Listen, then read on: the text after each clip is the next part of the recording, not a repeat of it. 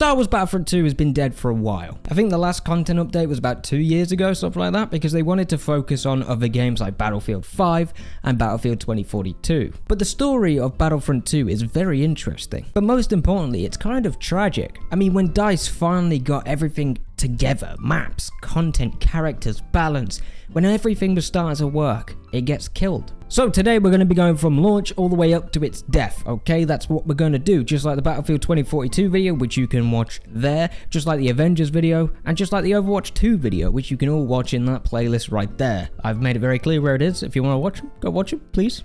Please, small channel, help. Let's start before launch. It's no secret Star Wars Battlefront 1, made by EA, not the original back in 2002 or whenever it was, didn't particularly go well. It launched with no single player whatsoever. There was no single player content at all unless you fought bots, I believe, but I never played the original Battlefront. Not the original Battlefront, the original oh my god, Battlefront 2015. We'll call it that, Battlefront 2015, so it's going to keep coming up in this video. But yeah, it didn't have any single player content. The multiplayer was okay at best, but it was just a really weird experience. Plus, at that point, EA was in the business of pre-order bonuses and getting you to buy the Ultimate Edition for 150 quid or whatever, even though you're going to get really no content at all.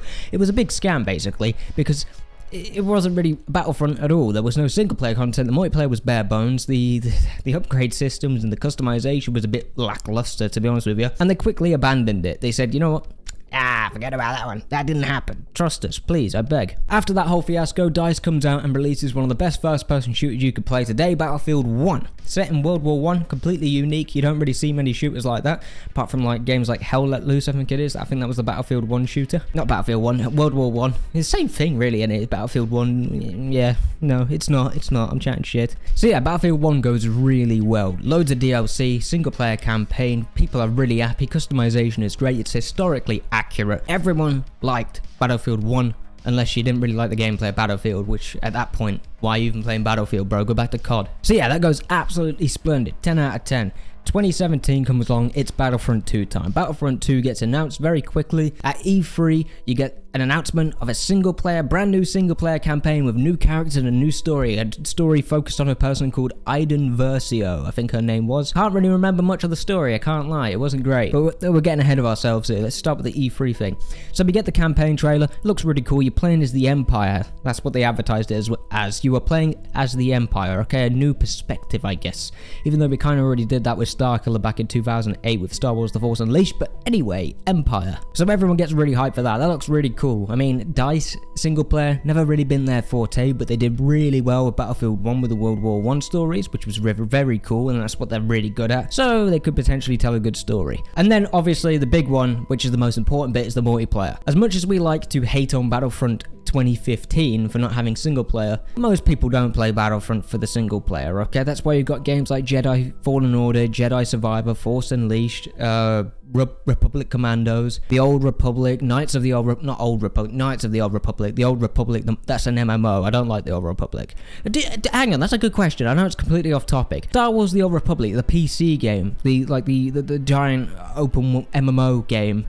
Do you like that game? I think it sucks. I've tried to play it like 50 times. I cannot get into that game. It sucks. I hate it. It's too slow. Anyway, yeah, let me know down below. Let the sticky man know, okay? But yeah, most people don't play Battlefront for the single player stuff. Obviously, Star Wars is all about the story, most of the time anyway.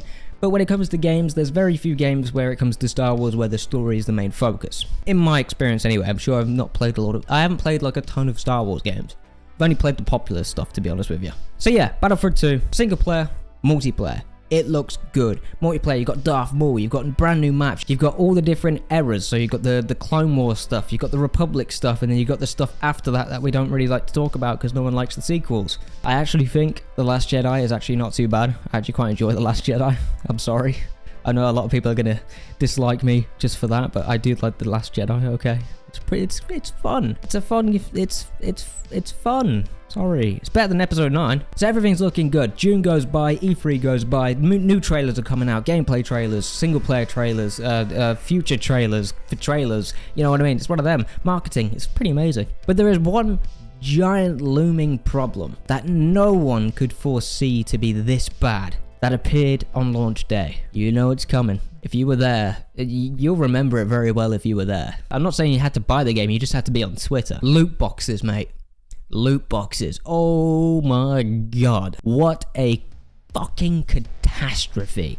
Launch day comes. Reviews are out. They're okay. They're okay. A lot of them don't like the single player, which is very fair. But the multiplayer, it's kind of positive. But once the real players got their hands on it, they quickly realised what they just bought. Loot boxes becomes the absolute standard for upgrading your character, basically. You open the loot box and you get cards, okay? And these cards give you powers and abilities that are stronger than other cards. I think that was the way it was. Of course, you open the loot boxes via credits, I think it was. And you know what a loot box is. I'm not going to waste your time. I'm not going to waste your time explaining to you. You open it and stuff comes out of it and it makes you cooler looking or it makes you more powerful.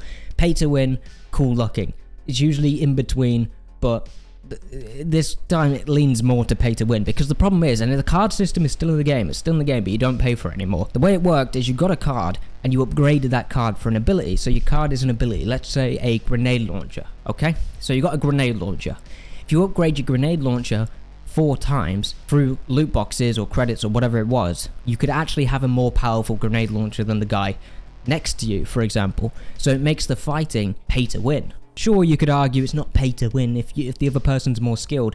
It doesn't matter. If you're at the same skill ceiling and that person wins because they paid more money than you, that is pay to win. I don't understand how people can't get that across their head. Pay to win isn't blatantly being overpowered in front of everybody. Pay to win is those small little advantages that you can get because you spent a little bit extra cash than the other player, even though you bought the same fucking game. That is pay to win, and it's criminal in my opinion, but hey, it's gaming. We'll see laws change in the next like 10-15 years probably, but by the time that the gaming is actually not pay to win and it's completely safe for kids and all that, I'll probably be dead and you'll probably be dead, so fuck it, who cares. But yeah, that was probably the biggest controversy of Star Wars Battlefront 2 and one of the major reasons as to why it's really declined very quickly, because once word of mouth spreads, people weren't going to buy the game because they don't want to buy a fucking gambling simulator, you know what I mean? No one wants to buy that, they get tricked into buying it. But not only that, it was quickly revealed via Reddit, I believe. Someone did calculations on how long it would take to unlock every character in the game, I think? Or it could have been just Darth Vader at one point. I think it was just Darth, to make it worse. You know what, fuck it, I'll look it up. We don't make shit content around here, boys. Subscribe to the Sticky Man. I do my research, okay?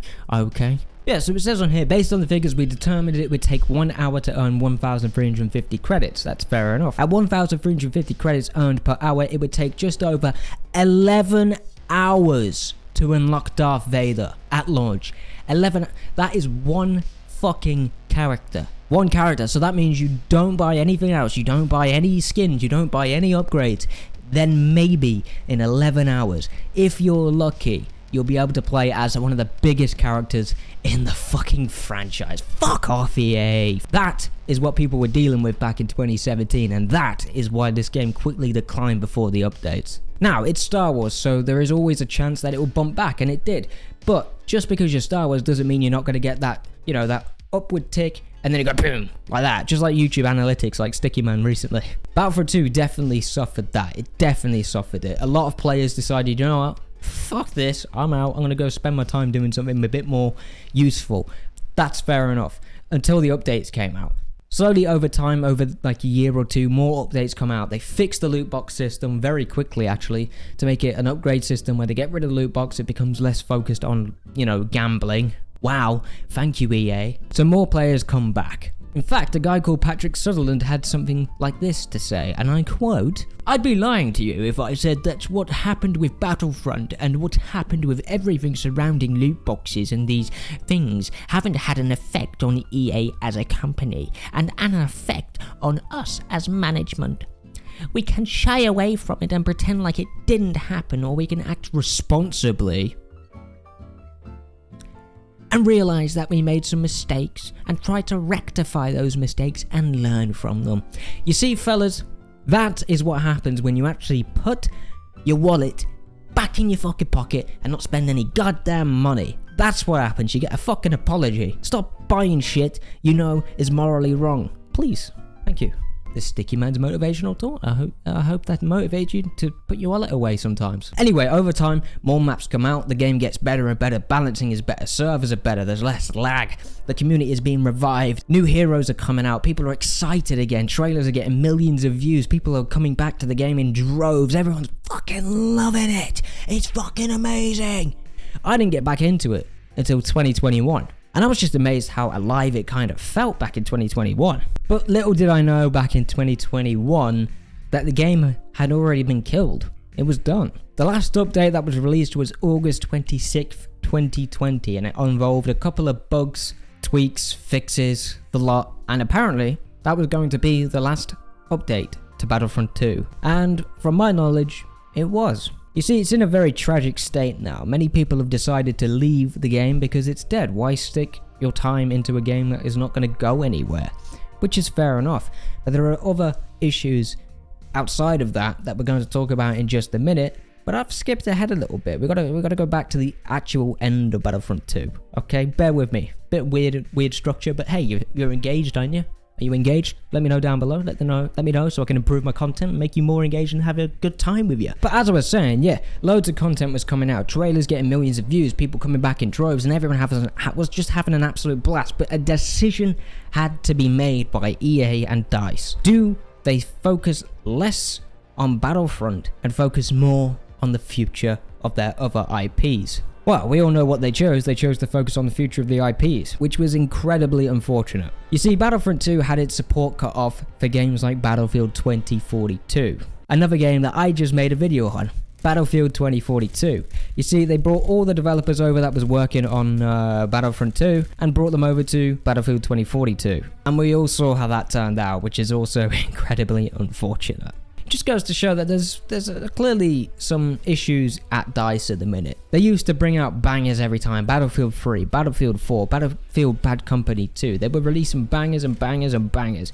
And when they got their hands on Battlefront, the IP itself, it's been kind of a disaster ever since. Yes, Battlefront 2 ended in a pretty great state. It has more maps than ever, it has more content than ever, there's more customization, the upgrade system is great. The leveling system is great as well, but it's dead. It's done. It's over. By the time the game got into a state that everyone liked, it was done. It was already in its grave. It was halfway there, and then they just pushed it down. They kicked it down, you know what I mean? They said, hey, you're enjoying this, you want to bring him back up? No, fuck off, get down there. That's what they did, which is unfortunate. Now we're left with the days of 2023. Today, basically. I hopped on about a week ago and I desperately tried to play some.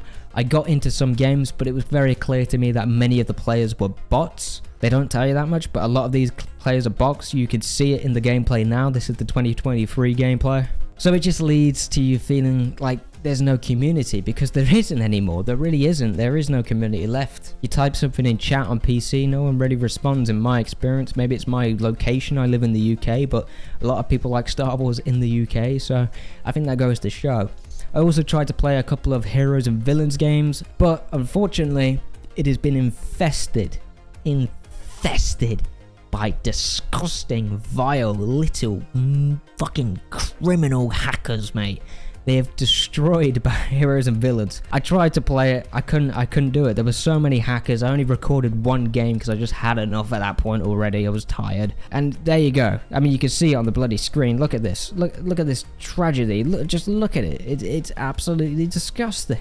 Obviously, DICE can't do anything about it because DICE can't focus it anymore. There's no money to do anything with it. There's just no money. There's no financial backing to fix what's been left here. And it's just a damn shame, man. Because I don't think we're going to get another Battlefront game. At least not for a while. And it will be another reboot, I think. EA will not be doing Battlefront 3. I think it would be stupid of them to do Battlefront 3, but we'll see. But yeah, I've been filming for about 45 minutes, and this video is going to be like 15 minutes long because I've been all over the place. But what do you think? Do you think it was tragic the way Battlefront 2 ended up dying? Did you think it was a slow, disgusting, vile death? Or did you just have hope that maybe it could be brought back and they could have it as like a platform or something for the next Battlefront content rather than making another Battlefront game? You know what I mean? Battlefront 2, the siege of fuck all, You know, kind of thing like they're trying to do with Assassin's Creed or something. I don't know. But I think there was so much effort put into this game after launch that they should have kept it alive, but they just never bothered, which sucks. But what do you think? Let me know down below. I really appreciate that. Stick with the Sticky Man by subscribing, like the video if you enjoyed it, and make sure to leave a comment down below just to let me know your thoughts. That's why I do this, which is pretty fun. Thank you for watching. Cheerio, and I'll see you in the next video.